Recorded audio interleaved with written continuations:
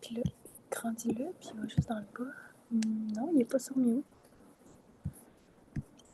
Mais il devait. Le son, ça marche, là? Oui, ça fonctionne. Allô? Bonjour, Dr. Lambert. Voyez-vous notre PowerPoint? Pas actuellement, mais.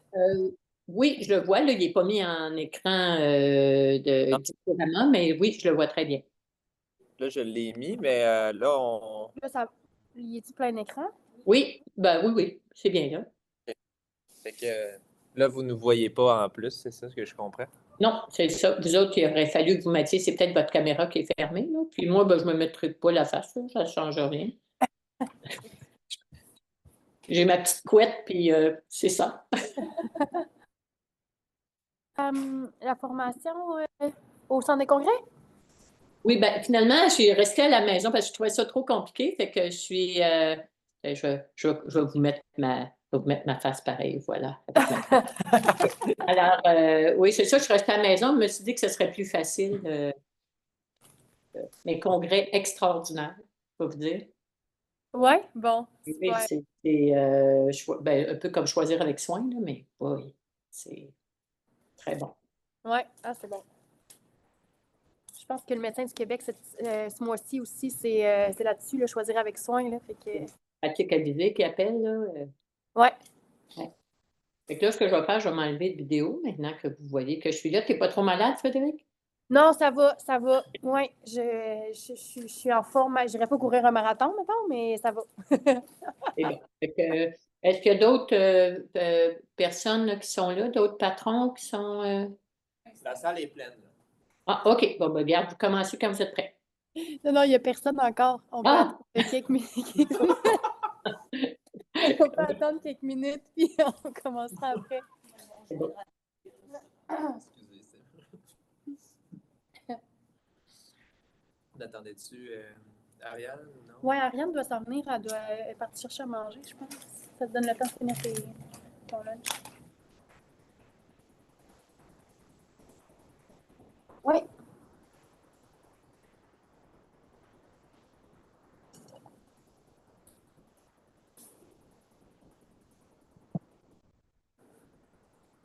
C'est enregistré? Oui. Mais je vais commencer à enregistrer. Ouais. Vous allez commencer. Pas pendant qu'on Toute jase. cette partie-là, je vais le supprimer. C'est bon.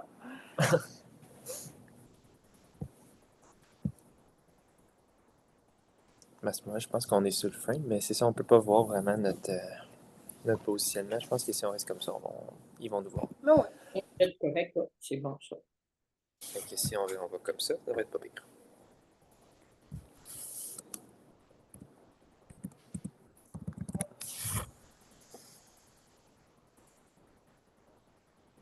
C'est tellement beau. C'est tellement bien fait.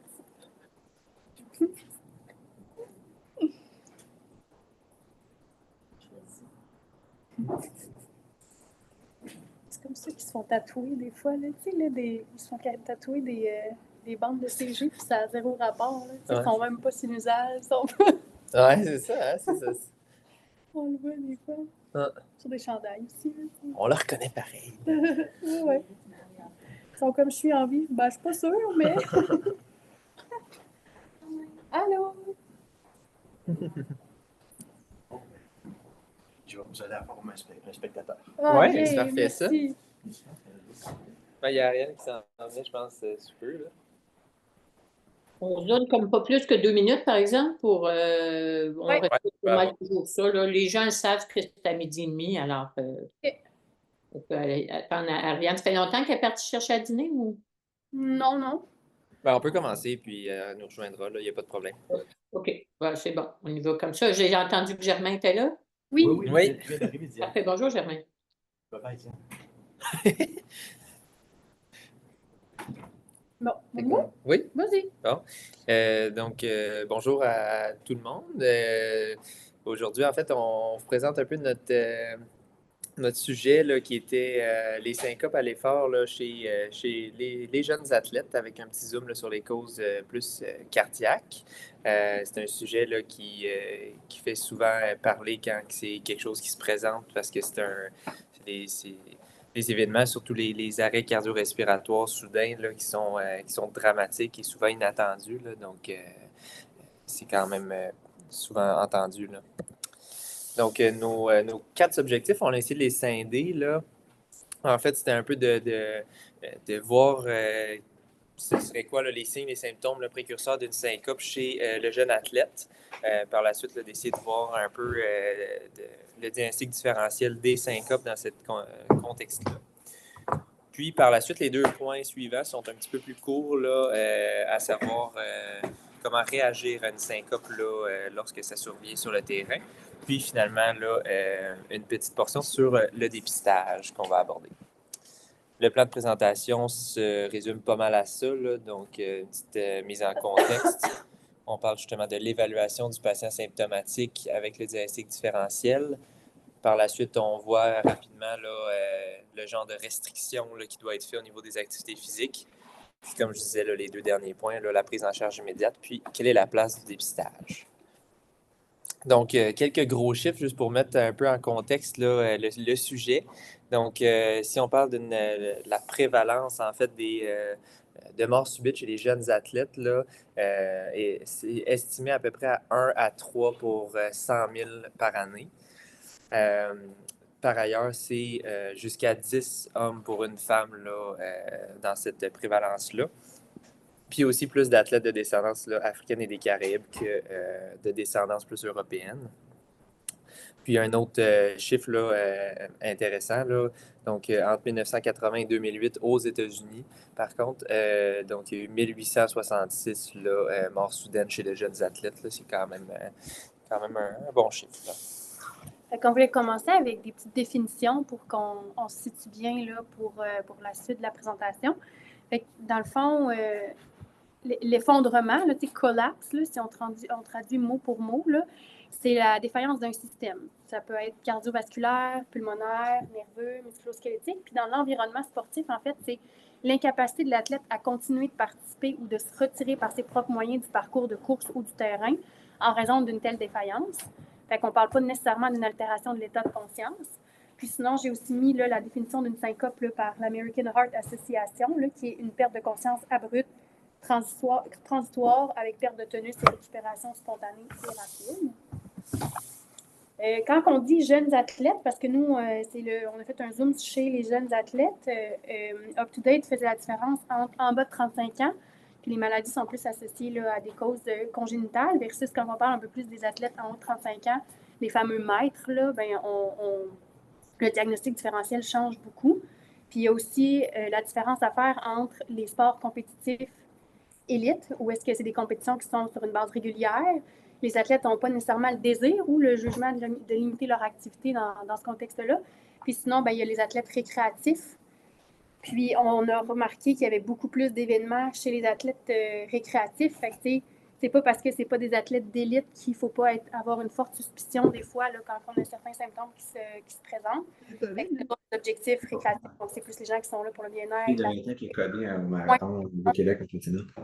Mais comme ils peuvent repousser leur vie sans avoir nécessairement des dépistage, il faut elle est intubée quand même. Il y a quelqu'un qui a un micro d'ouvert. Oui. C'est bon, merci. Puis, en fait, ces différentes définitions-là, c'est surtout pour permettre d'établir des lignes directrices là, pour les athlètes connus avec des problèmes cardiovasculaires. Pour côté épidémiologie, on va en parler un petit peu plus en détail, qu'est-ce qui est quoi, mais il y a quand même 60% là, des gens qui s'effondrent sur le terrain, là, la cause, c'est une hypotension posturale reliée à l'exercice, surtout à la fin des marathons, des ultramarathons, plus si la distance de course est longue, puis si la vitesse de course est plus lente. Puis, ce qui est beaucoup moins fréquent, mais potentiellement mortel, c'est les arrêts cardiaques soudains, coups de chaleur dû à l'effort, l'hyponatrémie, noyade, les engelures, hypothermie. On en reparle un petit peu plus loin.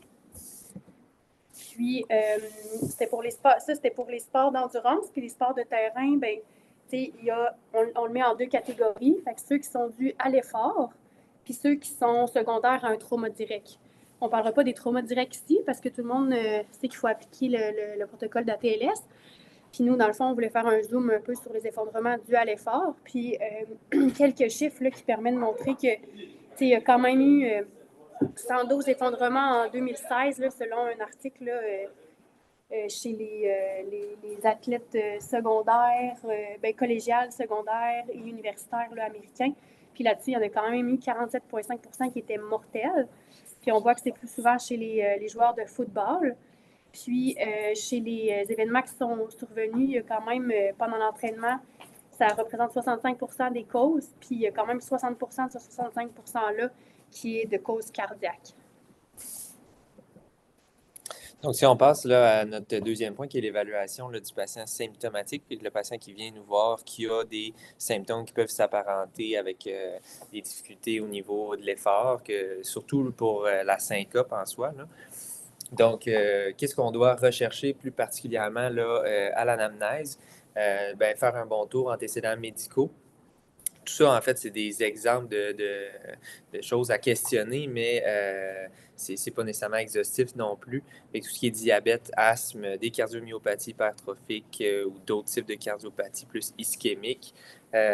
Au niveau familial, des antécédents de mort subite ou de syncope, d'arythmie, de pacemaker ou encore de maladies coronariennes là, plus précoces.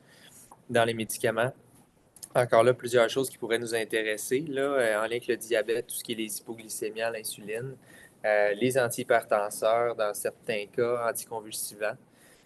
Puis si tu as un patient qui a un bracelet médical alerte là, ou une allergie particulière. Par la suite, c'est intéressant de se questionner sur le type de sport qui est pratiqué. C'est-tu plus un sport d'endurance ou est-ce que c'est plus des efforts qu'on dit burst ou explosifs? Est-ce qu'il y a ou il n'y a pas de contact dans ce sport-là? C'est-tu plus individuel ou en équipe? Puis par ailleurs, est-ce qu'il y a eu des changements dans cette pratique-là récemment? Changements dans la fréquence ou l'intensité des entraînements? Est-ce que c'est un nouveau sport? Ça fait combien de temps qu'il le pratique? Puis à quel niveau aussi au niveau compétitif, là? Par la suite, là, on peut questionner la personne sur les épisodes en soi de syncope. Ça a duré combien de temps, l'altération d'état de conscience? Ça se présente à quel moment? À quelle fréquence aussi? Donc, le timing, on va en reparler, mais par rapport à l'effort qui est important, là, soit lors de l'effort ou à la fin. Y a-t-il eu des témoins? Puis par la suite, bon, y a-t-il des signes qui pourraient orienter vers quelque chose de plus ictal? Puis même chose pour les symptômes peut-être plus prodromiques là, avant les épisodes. Donc, tout ce qui est des symptômes cardio, de la dyspnée du wheezing qui pourrait orienter vers quelque chose de plus pulmonaire, là, restrictif, ou encore là, plus des céphalées, l'hypothymie, des étourdissements. Donc, les symptômes, justement, là, à questionner, là, j'y reviens pas en détail, mais ça pourrait nous orienter un petit peu là, vers le genre d'étiologie. C'est plus arythmogène. Donc, on peut avoir certains symptômes qui sont un petit peu plus spécifiques aux tachyarrhythmies versus aux bradyarrhythmies. Donc, tout ce qui est palpitation, le rythme cardiaque qui est senti plus irrégulier avec des DRS, on voit un petit peu plus souvent ça en tachyarrhythmie versus quand c'est plus brady, on se retrouve des fois un peu plus avec une dyspnée à l'effort avec de la fatigue puis une diminution des performances là, de l'athlète qui est remarquée. Dans les deux cas, on peut avoir des étourdissements qui peuvent mener justement là, à la syncope. À l'examen physique plus particulièrement, donc, s'il y a eu des syncopes avec chute ou trauma crânien, ben, c'est important de faire une petite revue neuro, rechercher des signes de blessure à la tête, puis colonne cervicale là, également. Toujours bon là, de faire une bonne auscultation cardio-pulmonaire, voir s'il y a des souffles au repos et de les provoquer au Valsalva par la suite. Et une asymétrie du mur vésiculaire, tout simplement. Puis les pouls distaux, là, voir un peu, là, ça ressemble à quoi, voir entre radial, fémoral, s'il y a des différences, par exemple, pour une coarctation de l'aorte. Puis dans les signes vitaux, bon, c'est des choses à questionner également, mais tout ce qui est une tachycardie persistante malgré le décubitus dorsal ou une bradycardie symptomatique, puis la tension artérielle ou des gros changements de température qui peuvent orienter vers quelque chose de plus dangereux. Au niveau des modalités diagnostiques, ben, chez un patient encore là qui est symptomatique, on se rappelle, de base, ça va prendre un ECG. Idéalement, si on est capable de le passer durant les symptômes du patient, Puis, toujours de le comparer avec un antérieur, voir est-ce qu'il y avait déjà des changements à son ECG auparavant là, pour, par exemple, un événement ischémique antérieur ou s'il était connu pour quelque chose d'arythmogène. Par la suite, ben là, on va s'en reparler, mais si on a des anomalies à l'ECG, à ce moment-là, souvent, on va aller vers l'échographie pour évaluer s'il y a une cardiopathie sous-jacente. Donc, on fait souvent ça là, si notre ECG est anormal ou encore si on n'a pas été capable de faire notre ECG durant les symptômes du patient puis qu'on a quand même une forte suspicion clinique. Par la suite, ben, ça peut superposer les deux suivants, autant des tests à l'effort. Donc là, on peut essayer peut-être de reproduire justement là, les symptômes du patient. Si ça se présente seulement lors des sprints, ben, on essaie de le faire dans un contexte là, spécifique pour avoir les symptômes, puis dépister là, s'il y avait quelque chose à ce moment-là. Puis, pour un test plus prolongé, ben, on peut avoir un holter là, qui peuvent aller là, jusqu'à même 2 semaines de temps pour être porté, là, ce qui est des fois des golden standards, là, mais qui est des fois un peu plus difficile à atteindre. Pour le test à l'effort, on peut voir là, il y a certains endroits qui utilisent là, des protocoles là, d'augmentation sur le tapis roulant, là, fait qu'ils augmentent progressivement la vitesse puis l'inclinaison pour voir un peu l'impact au niveau de la tolérance à l'effort. Fait qu'on mesure certaines choses, là, le VO2 max, le CG.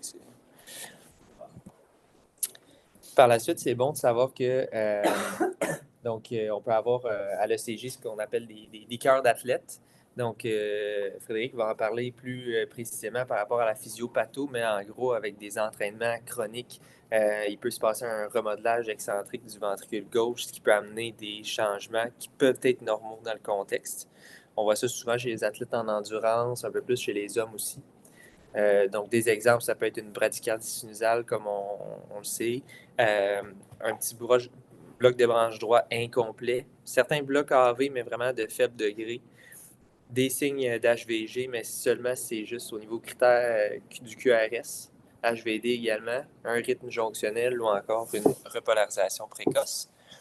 Donc, il se retrouve un peu dans ce tableau-là qu'on a pris sur le American College of Cardiology, qui nous démontre en fait qu'en vert, ce sont les trouvailles qui peuvent être normales, qui ne nécessitent pas d'investigation supplémentaire. À droite, à l'inverse, tout ce qui est anormal là, en rouge vont nécessiter là, justement là, une investigation, comme on disait, par exemple avec une écho. Puis entre les deux, bon, si on a juste un de ces critères-là, on peut se dire que c'est correct. Sinon, si on en a deux ou plus, ben, à ce moment-là, on investigue.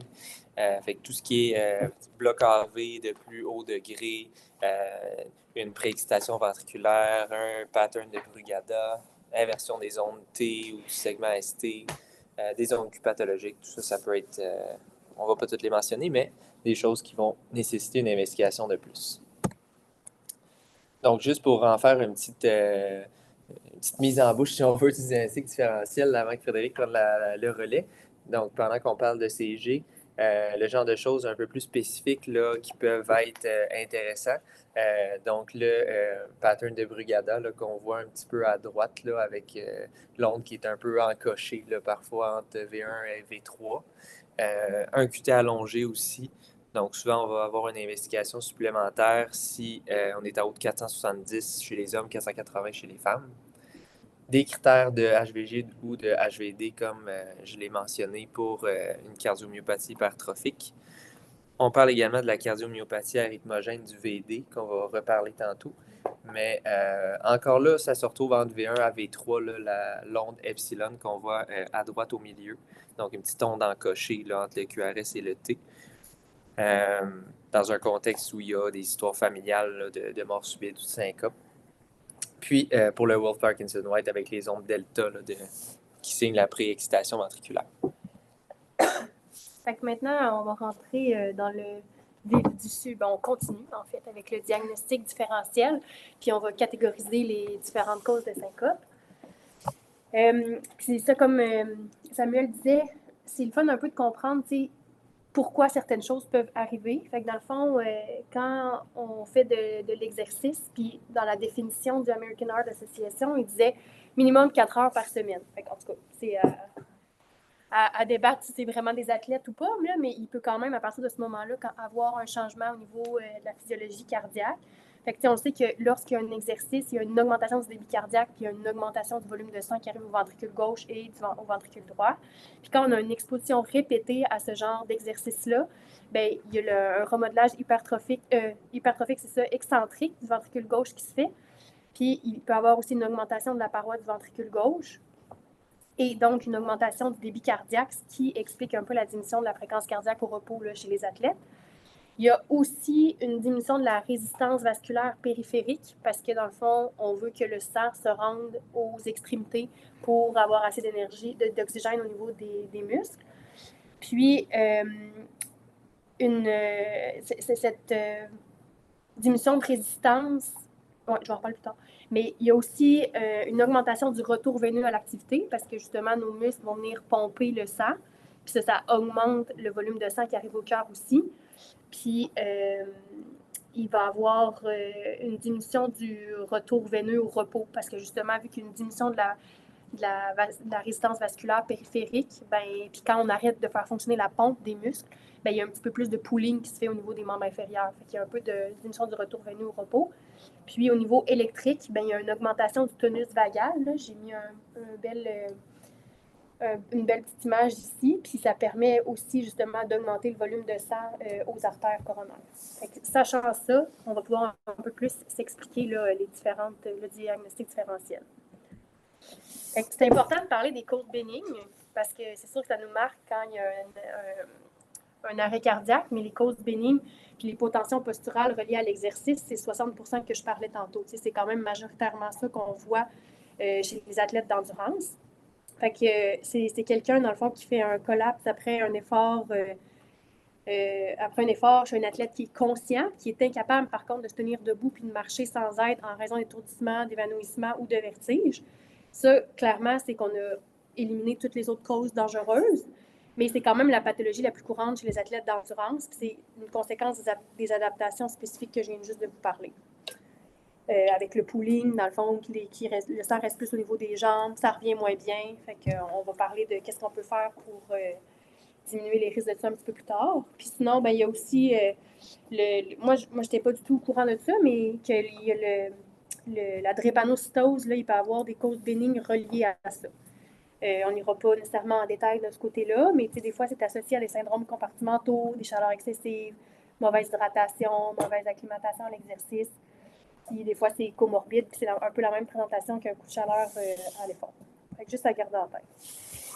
Puis, côté cause mortelle, il y a l'arrêt cardiaque, coup de chaleur, hyponatrémie, un peu ce que j'ai mentionné tout à l'heure. Puis, ce qui est important ici, c'est surtout de les évaluer dans cet ordre-là. C'est un peu notre ABCD, dans le fond, de réanimation aussi, là, si jamais on avait quelqu'un qui syncopait devant nous. Puis, en dernier, c'est sûr, on a eu traumas majeurs, mais comme je disais, on ne rentre pas là-dedans. C'est sûr, cérébral, c'est toujours un gros choc. Cervical aussi. Cardiaque, comme osteocordis, c'est quand on a un coup au niveau du cœur puis qui est shaké un peu là, par ce qui se passe. Puis sinon, un traumatisme contondant du torse, ben, c'est un peu la même chose, mais plus bas au niveau de l'abdomen. Ici, on voulait mettre l'emphase sur la temporalité de la syncope parce que ça nous donne une idée un peu plus du diagnostic qu'on pourrait avoir. À chaque fois que c'est pendant l'exercice, il faut vraiment avoir une haute suspicion de quelque chose qui pourrait être vraiment dangereux. Fait qu'en premier, quand ça arrive lors de l'effort, ben, il faut toujours penser à un trouble cardiaque. Il faut éliminer le coup de chaleur, puis penser justement s'il y a un trauma ou s'il y a de l'asthme ou si on a une situation d'anaphylaxie. Versus quand c'est plus après l'effort, ben là, ça peut être plus l'hypotension posturale reliée à l'exercice qui est totalement bénin. Ça peut être juste par fatigue, des hydratations, des crampes, de légère hypoglycémie. Fait que ça, c'est important de le garder en tête. Donc ça, en fait, c'est juste pour faire du pouce sur Frédéric, là, sur les différentes causes de syncope, là, une petite étude. Petite, 7568 athlètes là, qui avaient en moyenne autour de 16 ans. Une étude de 2004 qui date un petit peu. qui avaient subi une évaluation de pré-participation.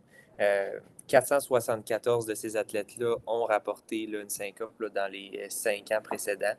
411 là, étaient reliés à l'exercice. Puis, il y avait seulement là, 1%, soit 6, qui étaient lors de l'effort.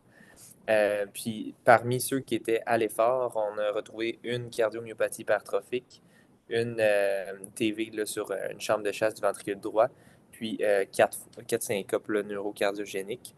Puis ceux qui étaient plus non reliés à l'exercice ou qui étaient plus post-effort, mais c'était un peu comme ce que Frédéric disait, qui était plus un réflexe là, vagal, situationnel ou en post-effort. Je voulais parler un petit peu quand même des étiologies cardiaques. C'est des gros sujets, puis je pense qu'on aurait pu parler d'une demi-journée de chacun des trucs. Mais j'ai essayé de rendre ça digeste et de faire ressortir un petit peu là, comment qu'on peut penser plus à un diagnostic ou à un autre. Fait que je vais commencer avec les anomalies structurelles. Fait que... ben non, c'est vrai, je voulais vous parler de ça avant. Fait que dans le fond, ça, c'est juste un petit tableau qui nous permet de voir, dans le fond, si on a une augmentation de la composante dynamique dans un sport versus la composante statique. Puis en fonction de ça, ça nous fait un peu un tableau qui évalue le risque de chacun des sports.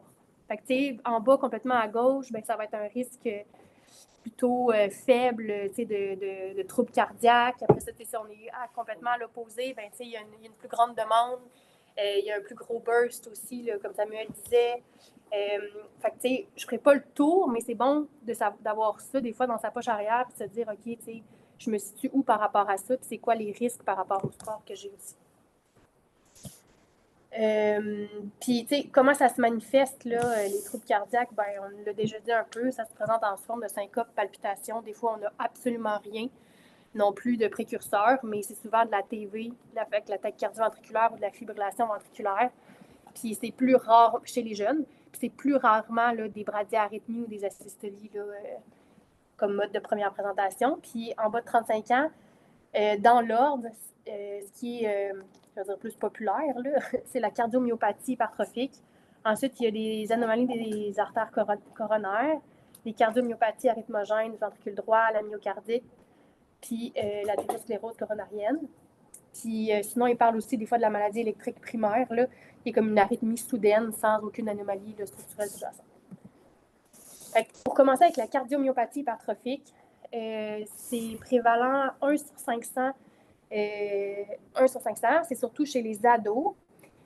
Grosso modo, la physiopatho, c'est qu'on a une anomalie au niveau du myocarde, on a plus de fibrose, puis ça fait en sorte que ça l'abaisse dans le fond notre seuil de tachycardie ventriculaire et de fibrillation ventriculaire. Fait que c'est un peu ça qui arrive. Puis les restrictions, en général, on dit pas de compétition. On va y aller avec un sport de faible intensité seulement, fait qu'avec le tableau que je vous ai montré précédemment. Puis on fait un suivi aux années pour les ados, puis aux 2 ans pour les adultes par rapport à ça. Puis tu sais, ce qui est intéressant de voir, c'est qu'il y a différentes lignes directrices. Fait que tu sais, il y avait surtout la Société européenne de cardiologie, puis l'American Heart Association. Puis tu sais, ils disent pas nécessairement les mêmes affaires. Fait que ce qui est à retenir, c'est qu'il faut quand même prendre une décision partagée sur le retour au sport. Ensuite, l'anomalie des artères coronaires, c'est 12 à 33% des jeunes athlètes. En fait, c'est que l'artère coronaire droite est reliée au sinus coronaire gauche et vice-versa. Puis, il y a comme une ischémie chronique qui se crée, encore une fois, de la fibrose, puis ça finit en tachyarrhythmie. Puis pour ça, ben, en fait, le traitement, c'est chirurgical. Fait que dès qu'il n'y a pas de chirurgie ou tant qu'il y a une anomalie, en fait, là, il n'y a pas de compétition là, pour ces jeunes-là. Puis, c'est ça. Ben, là, c'est sûr qu'on va se rendre on va avoir une consultation en cardiologie pour dépister tout ça, mais c'est quand même bon de le savoir. La cardiomyopathie arythmogène du ventricule droit, ventricule gauche, c'est plus rare, 1 à 1000 à 1 sur 5000. Ça se présente surtout chez les 10 à 50 ans, en moyenne autour de 30 ans. C'est vraiment méconnu comme phénomène, mais c'est quand même 11% des causes de mort subite là, chez les athlètes. La physiopatho, c'est qu'il pourrait y avoir une composante auto-immune. Il va y avoir une mort cellulaire du myocarde, plus ou moins une inflammation. Puis ça va amener un changement fibro-graisseux, puis éventuellement une cicatrisation, puis une dilatation du ventricule droit qui peut aller jusqu'au ventricule gauche.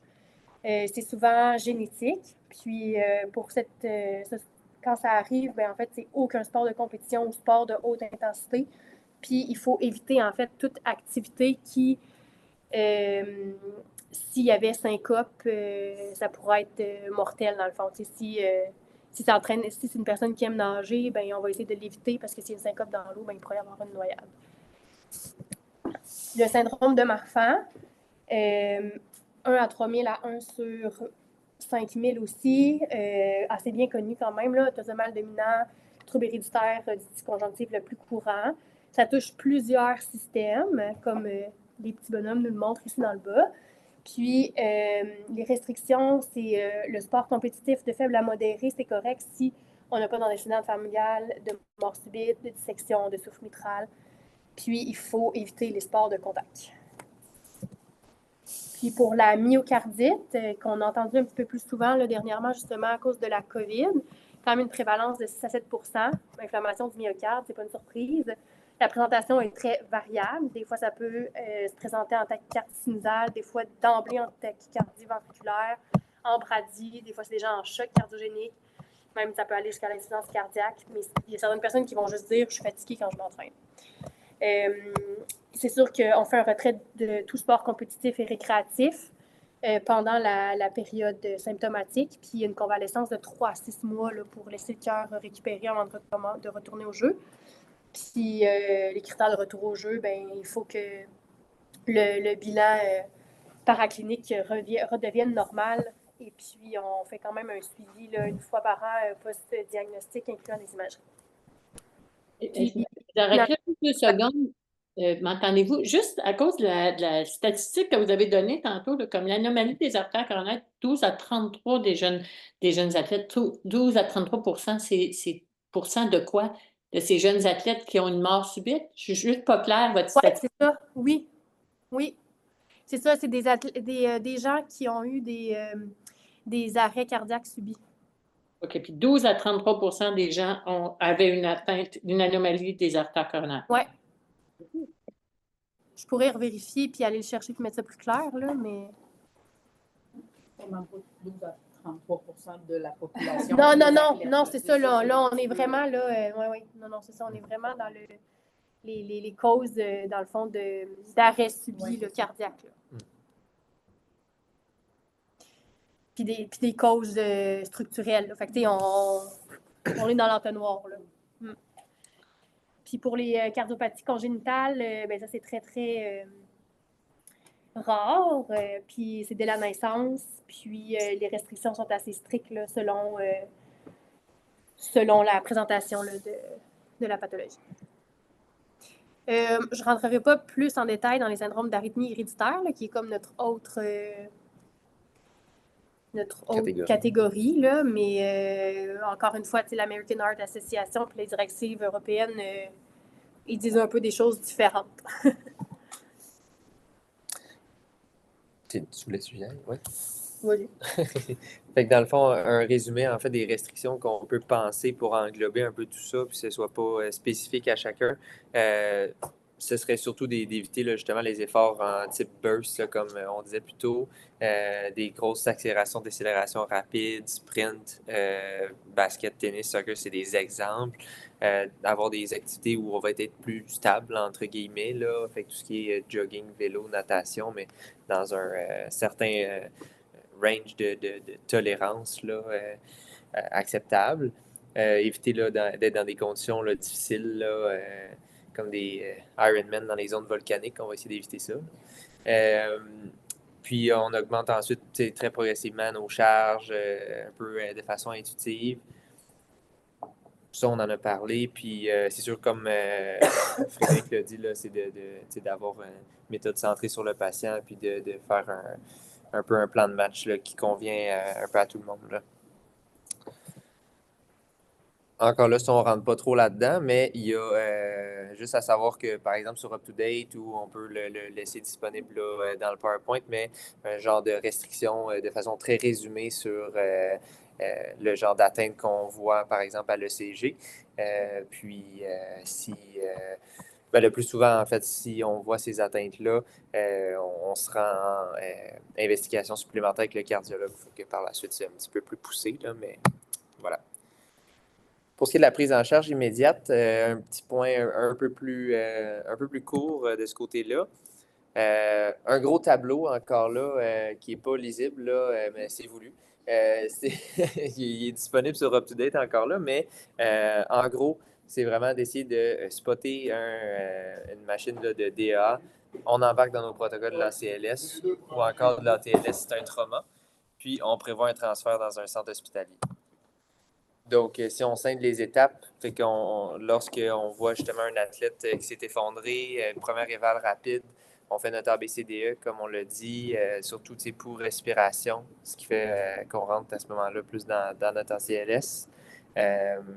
On essaie d'appeler de l'aide, ça c'est vraiment ce qui est le plus pertinent, là, parce qu'il y a quelqu'un qui va pouvoir contacter là, quelqu'un pour un transfert à l'hôpital, trouver un DEA, puis obtenir des infos collatérales. Des fois, juste le sac de sport de l'athlète, ça peut mettre sur certaines pistes. Là, par exemple, est-ce que il y avait des médicaments à l'intérieur, comme de l'insuline ou encore naloxone pour dire quelque chose. Là.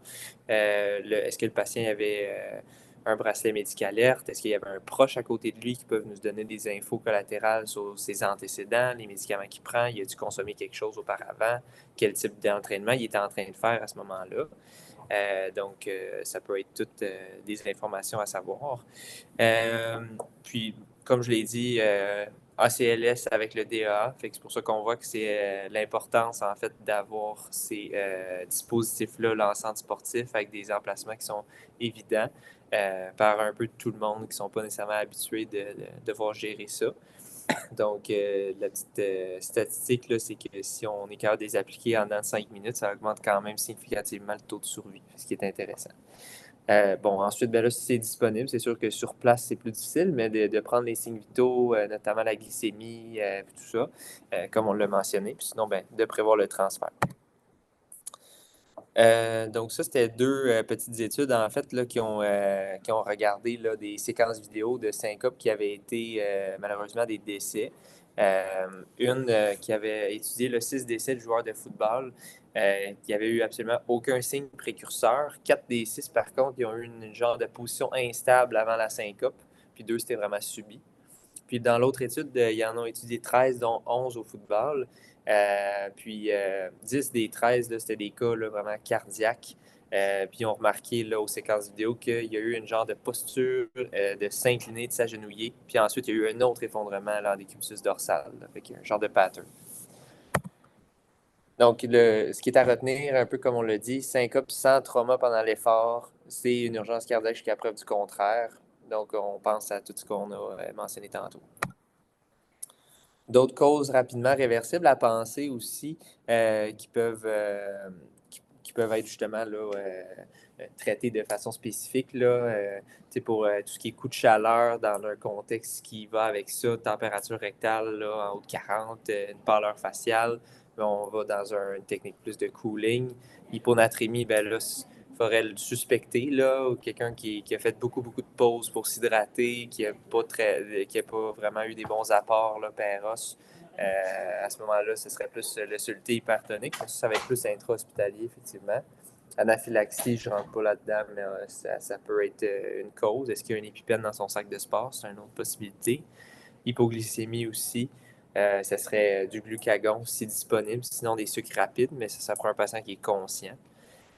Puis une exacerbation aiguë d'asthme. Là, encore là, ça aurait pu être des pompes qui auraient pu être trouvées. Là, fait que, ça pourrait être des ventilateurs en nébule ou en inhalation, mais encore là, c'est plus un patient qui est redevenu conscient. Là.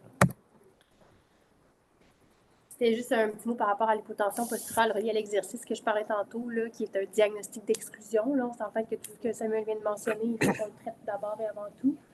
Fait que, comme on disait, pour diminuer le pooling veineux, c'est vraiment de continuer à marcher post-événement. C'est rarement relié à de la déshydratation. On a rarement besoin d'hydrater les gens IV. ça peut exacerber l'hyponatrémie, ça peut devenir dangereux. Fait que, à la fois, mais je pense que maintenant, tout gros événement d'endurance, maintenant, à l'arrivée, ils ont tout ce qu'il faut pour prendre la glycémie puis regarder l'anatrémie. Mais c'est des choses qu'on regarde avant de dire c'est juste une hypotension posturale reliée à l'exercice. Puis il faut vraiment là, que on est rassuré là, quand il est hémodynamiquement stable, le patient est cliniquement stable, il est normothermique, il est ambulatoire, sans assistance. Fait qu'on peut faire le test, là, quand il est assis, il est correct, quand il se lève debout, il est correct, puis s'il est capable de marcher aussi. Il faut qu'il soit capable de tolérer le péros.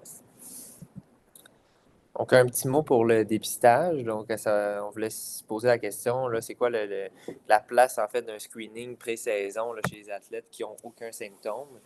Donc, dans un contexte où les athlètes de haut niveau sont souvent moins enclins à écouter leurs symptômes, on le voit souvent en clinique, ils veulent continuer leur saison, ils sont très ouverts à reprendre le plus rapidement possible.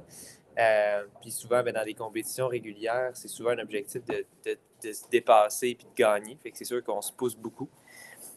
L'objectif du dépistage, ce serait d'identifier là, des athlètes qui sont plus à risque pour améliorer leur pronostic puis de traiter s'il y a quelque chose sous-jacent pour qu'on améliore les chances par la suite. Donc, les recommandations, en fait, selon les sociétés, varient quand même beaucoup aussi. Encore là, entre les États-Unis et l'Europe, surtout, là, qu'il y a une certaine différence.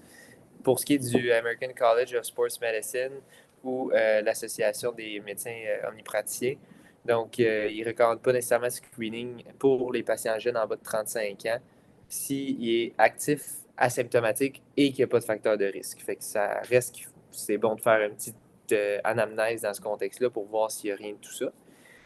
Puis dans les autres associations, là, ils recommandent, oui, de faire un petit screening dans le contexte, mais encore là, anamnèse, examen physique.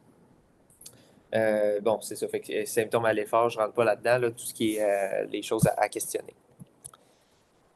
Donc c'est le genre de questionnaire qui peut être passé. Là. Celui-là, j'ai mis le lien, là, il se retrouve là, sur le site de McGill, mais il y en a plusieurs autres. Là. Donc, le genre de questions qui est plus spécifique aux causes cardiaques possibles.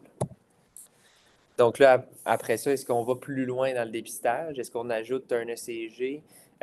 Encore là, ça varie d'un guideline à l'autre. Par exemple, là, en Europe, puis aussi le International Olympic Committee qui recommande l'ECG. Mais ceci dit, plus en Amérique du Nord, là, puis même dans la clinique ici, c'est peu pratiqué. À ce moment-là, c'est vraiment chez les jeunes athlètes avant des sports de compétition. Pour le reste, c'est sûr qu'on essaie d'éviter, là, surtout si on a un ECG normal, là, de faire des échos, des tests à l'effort un peu d'emblée. C'est sûr c'est coûteux. Il y a des risques de faux positifs. Puis en plus, on se questionne là, au niveau éthique. Là, est-ce qu'ils sont privilégiés, ces patients-là, d'avoir des tests de dépistage quand c'est pas indiqué versus des personnes qui sont pas des athlètes là, nécessairement. C'est une question qui est laissée en suspens. Puis les athlètes plus âgés, là, on ne rentrera pas trop là-dedans vu qu'on s'est dit qu'on restait en bas de 35 ans. C'est surtout qu'on sait que le CG, ça se peut qu'il n'y ait pas d'arythmie pendant qu'on prend le CG. Après ça, j'avais une conférence au CGU mardi, puis ça disait que le holter, même si on le fait sur 24-48 heures, ça dépiste seulement 25% finalement des arythmies. Fait que, est-ce que c'est vraiment une valeur ajoutée pour créer du stress aussi chez le patient? Puis d'ailleurs, il y a une étude qui a été faite qui démontre vraiment ça. Là. C'est une grosse étude. Beaucoup d'athlètes qui ont tous reçu un dépistage pré-saison avec anamnèse, examen physique, ECG et écho-cœur. Puis, ils les ont suivis par la suite. Dans ces athlètes-là, il y en a 8 qui ont eu des arrêts cardio-respiratoires, en moyenne à 6,8 ans après le dépistage. Mais 6 sur ces 8-là avaient absolument rien qui était ressorti avec le dépistage. Là. Fait que, c'est sûr, ça démontre que l'indication est limitée un peu. Puis là, je vois le temps qui file, là, mais on voulait juste ouvrir une petite parenthèse sur l'utilité des nouvelles technologies. Toute personne qui dit « Ah ouais, mais moi, je me suis acheté une montre intelligente, puis je me suis dit, je vais suivre ça. » Puis là, ils sont comme rassurés par ça, ou certaines personnes sont aussi paniquées par ça. Les cardio-mémos, le cardia, il y en a différents, là. Puis ce que j'ai trouvé intéressant, ce que j'ai lu sur le sujet, c'est sûr que là, ça, c'est des tests qui ont été faits chez des gens qui font de la fibrillation auriculaire. Fait qu'on s'entend que c'est plus rarement chez les moins de 35 ans, là, sauf que quand même, là, il y a 99% des tracés qui sont interprétables pour poser un diagnostic si c'est interprété par un médecin. Fait que, il y a seulement 1% qui est non concluant. Fait que, on se questionnait, est-ce que ça vaudrait la peine, sur le bord du terrain, justement, d'avoir ces petits... comme celui complètement à droite, là, pour tester. Oui, exactement. Pour, admettons qu'il y a une période d'arythmie, ben boum, on se fait comme un ECG assez rapide, puis on a une petite idée de ce qui se passe. Je pense pas que ça va changer la prise en charge, là, mais ils vont finir à l'urgence, mais voilà. Merci. Alors, bravo. Moi, je pense peut-être un petit commentaire par rapport à l'évaluation pré-saison, là, puis les ECG, entre autres, que les Européens font. Moi, je suis allée à Rome pour le dépistage, apprendre le dépistage de maladies cardiaques là, chez les athlètes. C'était très intéressant. Mais les Italiens, entre autres, dans l'Italie du Nord, ils ont beaucoup de troubles, des brugadas, des choses comme ça. C'est de là que vient, c'est beaucoup eux qui ont fait les études. Puis Paul Poirier, là, qui est à Québec, avait on a eu une conférence où ils avaient été opposés, ces gens-là. Et nous, chez nous, on ne fait pas de CG préventif, justement parce que souvent, sans symptômes, je parle. Okay? S'il y a des symptômes, c'est très différent. Puis à chaque fois que moi, j'ai vu des anomalies, c'est quand les athlètes avaient des symptômes, entre autres de palpitations, et puis dont ils ne parlaient pas si on ne posait pas la question. Fait que je pense que ça, c'est important de comprendre qu'ici, on n'en fait pas. Là. Puis je sais que Stéphanie, toi, tu avais été confrontée à ça là, par l'équipe de ski, parce que ben, les skieurs s'entraînent souvent en Europe, les Européens le font. On a ça aussi avec les cyclistes l'UCI, qui demandent un peu les mêmes affaires, mais basées sur des... mais il n'y a pas de données probantes pour lesquelles on devrait le faire ici. Puis des fois, quand on lisait, c'était comme, ben au moins, on en aura un de base si jamais il arrive quelque chose, Fait que c'est ça, c'est un peu ce qu'on a lu par rapport à ça. Puis c'est juste pour préciser là, la question, le docteur Lambert, là, sur les artères, les anomalies des artères coronaires, là, c'est trouvé, dans le fond, chez 12 à 33% des jeunes athlètes qui ont eu un arrêt cardiaque subi, puis à l'autopsie, dans le fond. Fait que c'est ça. La statistique haute, c'est pour ça que je n'étais pas sûre que je la comprenais. Mais je pense que ça va être important de le mentionner comme ça paraît. Je voulais poser la question pendant, parce que je me suis dit que ce serait mieux que ce soit clair si quelqu'un la réécoute de dire à 33%. Oui, c'est ça. Mais c'est à l'autopsie de jeunes athlètes qui ont eu des arrêts cardiaques subis. OK, c'est beau.